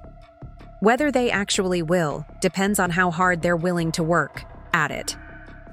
Change is difficult, especially when you have to admit you've been wrong about fundamental things. But possible? Emma pressed. But possible, I agreed. People can learn new ways of loving if they really want to. Emma nodded and made one final notation in her notebook before closing it with satisfaction. Then, I guess we'll find out. As I tucked her into bed that night, Emma asked me to read her one of her favorite stories, a book about a little girl who was brave enough to tell the truth even when it made the grown-ups uncomfortable. It seemed fitting after the day we'd had. "Mommy," she said sleepily as I finished the story, "do you think I'll always be brave enough to tell the truth?" "I think," I said, smoothing her wild curls away from her face, "that you'll always be brave enough to stand up for what's right. Sometimes that means telling difficult truths, and sometimes it means showing grace to people who are trying to do better. You'll know which is needed when." She smiled and closed her eyes, her notebook placed carefully on her nightstand within. Easy reach. Even in sleep, she was prepared to document the world around her, to bear witness to both its beauty and its imperfections. As I sat in our small living room later that evening, reflecting on the day's events, I realized that something fundamental had shifted, not just in our relationship with Patricia's family, but in my understanding of my own worth and my daughter's remarkable strength. Emma had shown all of us what love should look like: honest, brave, generous, but not naive.